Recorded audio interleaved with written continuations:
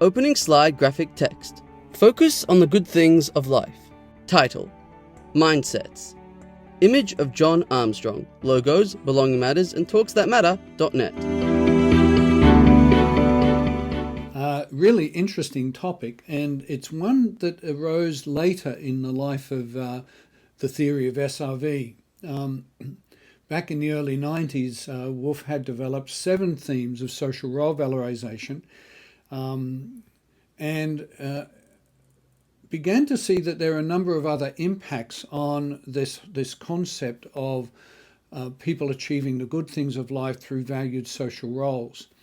And so he developed 3 additional themes that came out around, if my memory serves me right, and was produced in the later version of the SRV workshop we call SRV 10, and that was around 2003. And the 3 additional themes were interpersonal identification, model coherency, and mindsets. And so today we want to have a look at mindsets. It gets a bit of a mention in our 2-day workshop, but not a great deal. And it's not a particularly big theme even in the SRV 10 event, and is probably a theme that deserves a little bit of extra work. In fact, I'm covering some material with you today that isn't currently in the SRV 10 event. But that's not hard to do because the module takes about 12 minutes to present, so it's not a great deal there. But it gets us thinking about what mindsets are, how they shape our expectations, and how they therefore become a driver or a barrier to the things that we want to achieve. Now, mindsets incorporates, though, some of the discussion we used to have around assumptions. We know assumptions control the way we behave, and many assumptions that we hold we're unconscious of. Assumptions, though, are things that you can't directly see. You can only infer them. That is, we infer the assumptions by seeing the way people behave. So, for instance, if you see a service that surrounds people's premises and where they live with barbed wire that's pointing inward, that action infers the assumption that the people they're supporting are seen as dangerous. So to give you an example of that, and it's only by challenging the assumptions about that and their validity that we might get a change in action. Mindsets, though, incorporate an idea that's a little bit larger than that, and in fact has been the source of a lot of recent research. In other words, one might more objectively consider the mindsets that people hold. And a mindset, you might say, is more of a theory that people have about the world, rather than just assumptions. So I guess in my own mind, I see assumptions as small, transient aspects in our thinking, and that still determine our actions. But mindsets incorporate a bundle of assumptions, and so now I can get a handle on that. And so let's have a look at some or a number of ways of considering the mindsets. And the first is just taken off an online location, as the mindset is an established set of attitudes of a person or group concerning all sorts of things, whether it's culture, values, philosophy, frame of mind, outlook, and disposition. And disposition here means a kind of leaning, an orientation we tend to have. And it shapes the way we view the world. So, for example, I might have a left-leaning orientation, like a politically left-leaning or a politically right-leaning orientation. Or it might be centrist, and we're not here saying there's anything wrong with that, only that these represents the style of the mindsets that we can have. Now, according to Carol Dweck, individuals can be placed then on a continuum according to their views of where ability originates. So if we were to look at just the idea of intelligence and being smart and capable, she in her research saw that there was at one extreme people who thought that that's a fixed state that you can never change, right through to the other end where a growth mindset that suggests that your development, your success depends on the amount of effort that you put in. And therefore, if I'm failing in some way, then I need to put in more effort. At the fixed mindset end of the continuum, if you're failing, it's because, well, you just don't have what it takes. And so that's a fixed sort of state. And all of that then is determined by the mindset that people hold. Just to give you a couple of more average examples, I have a couple of friends who refuse to see movies that have Tom Cruise in it. And their mindset about Tom Cruise is pretty fixed. And I know what they mean. I know what they mean. I saw the original Top Gun, and it's like, macho, and and he left Nicole. Like what? And all sorts of stuff like that. For whatever reason, people won't watch a movie. Well, I really like his movies, you see, so I go and see the latest Top Gun movie and the latest Mission Impossible movie, and I even buy the Blu-rays so I can see the extras about how they made those movies, and I see the amount of work he put in. And so I have a very different mindset regarding, anyway, and you can see how a mindset can become a little bit fixed. And the importance of that for our topic, of course, is that we often encounter fixed mindsets that block our progress, and sometimes even our mindsets can block our progress because our expectations that are generated through our mindsets might not believe that the person that we're supporting or interested in can necessarily achieve the things that they might had we a different perspective on that. So the implication of the mindsets topic is how in the world we might be able to change it for something that is more adaptive, more beneficial, especially when the lives of other people are at stake with this. So going back then to our discussion then, just a couple of things that seem to account for how mindsets form. So here we go back to Tom Cruise. Maybe they saw the Top Gun movie, all that macho stuff, high fives, and I can beat you, and I'm the best, and all of that stuff. First impression, right? Well, who would want to watch another movie like that again? And so that might have shaped it. There might have even then been experiences that were early in life that shape the way we come at this. And there might have been a certain intensity to it as well. I mean, sometimes just a single event can be so intense as to change your perspective. If you were ever, pushed underwater by a big kid when you were little, it made you so fearful of water. So the intensity of the experience may have just shaped then one's mindset about swimming and water in general. Then, of course, there might be a confirmation of ideas.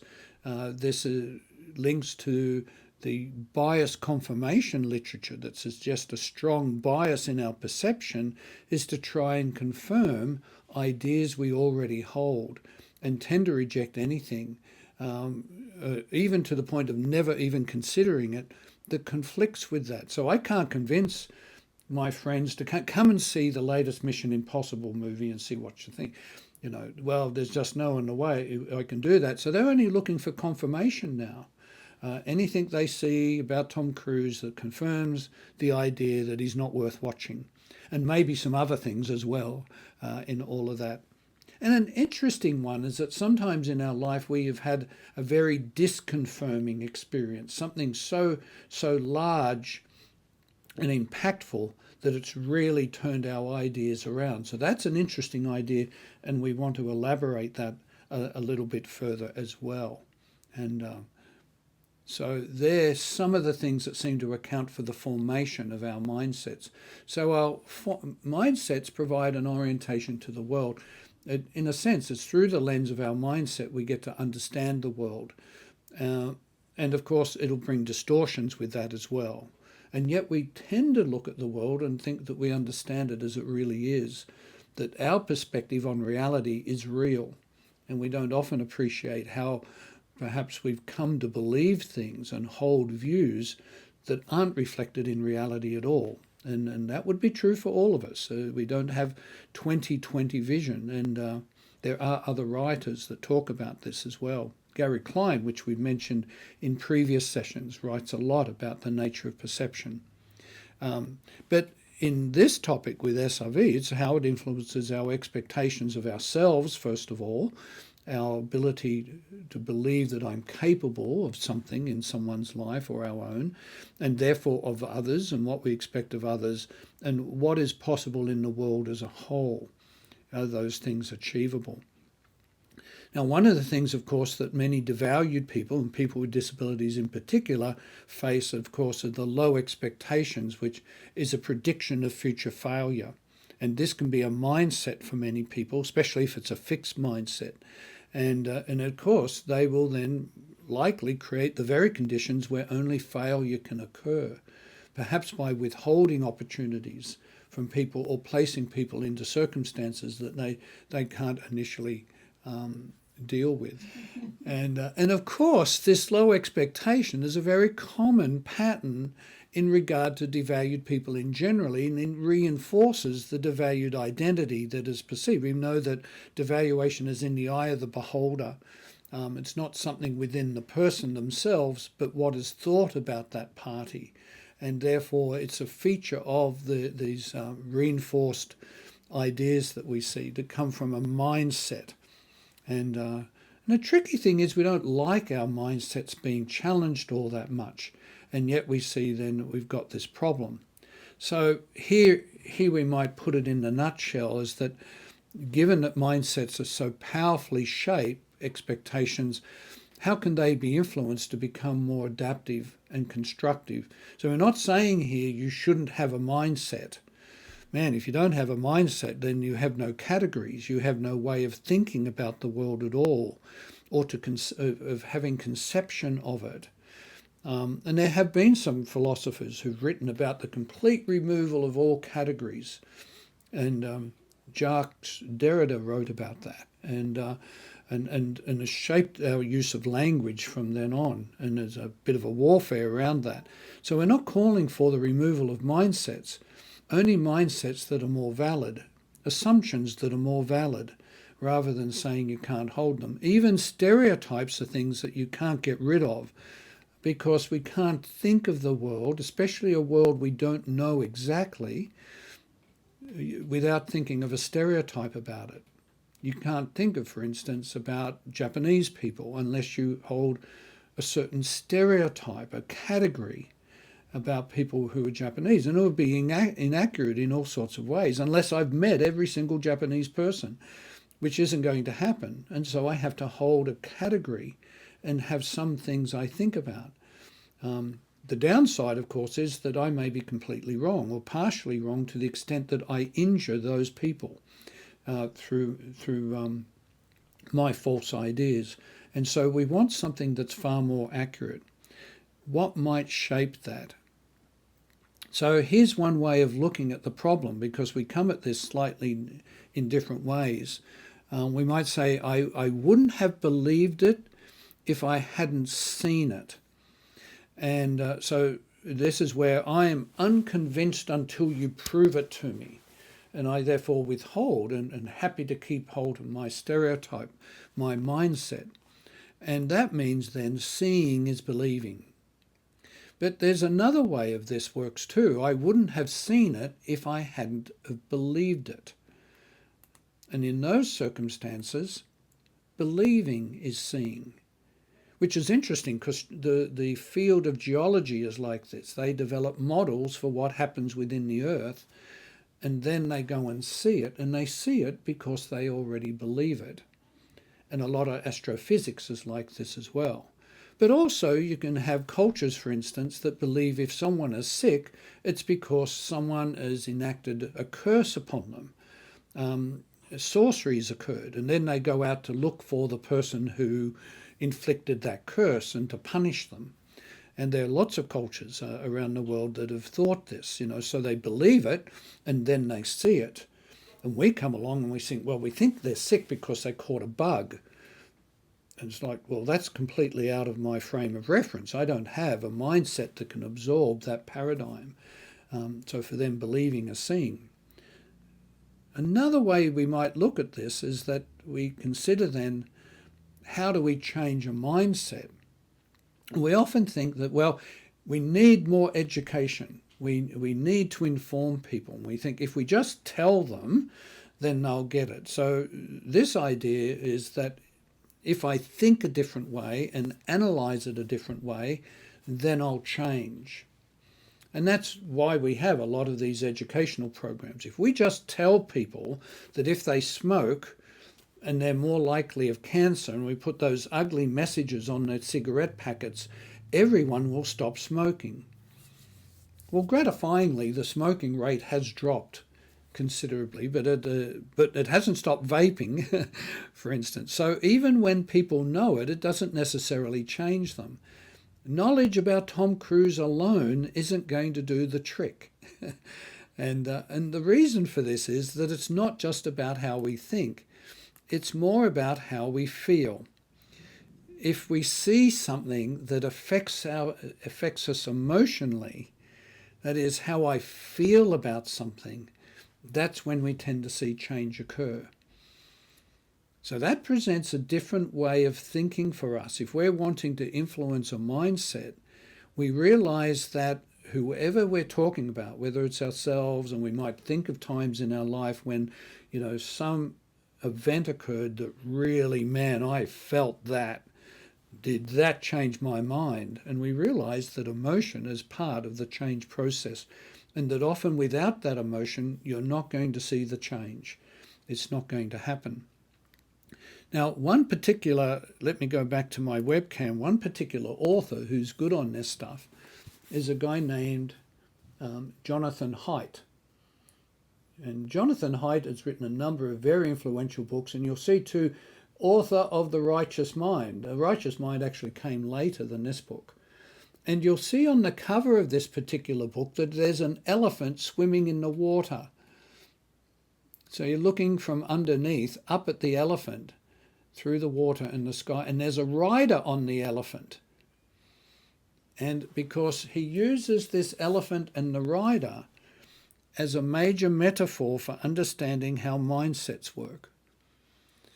And so here we are, the rider, the elephant, and the path.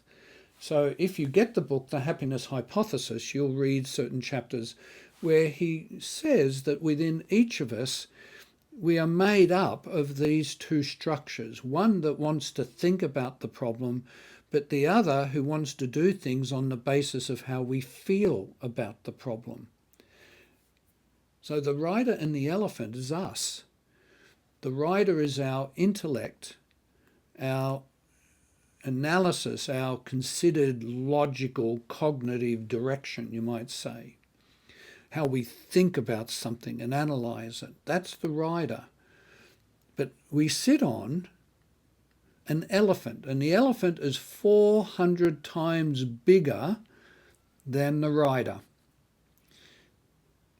And the elephant is my leaning in the world, what I'm drawn to. That's that left or right in politics, what I'm drawn to, my emotion, my desires, my values, what are the things I think are most important.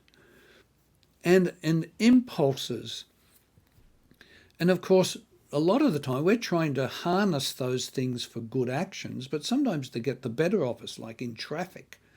And I lose it with someone and I start gesturing with all sorts of colourful sign language and other things. And so while my intellect says that I should be taking better care of my health and exercising regularly and watching what I eat, the elephant just loves mashed potato chips and chocolate and milkshakes and ice creams and all sorts of things like that, and often uses a rider to trade off what it wants to do. It wants to use the rider like a press secretary for the president. Why I need to do this right now. It's okay to have that donut because I'm having Diet Coke, so it's okay. And so the elephant tends to use the rider that way to justify the action I want to go through.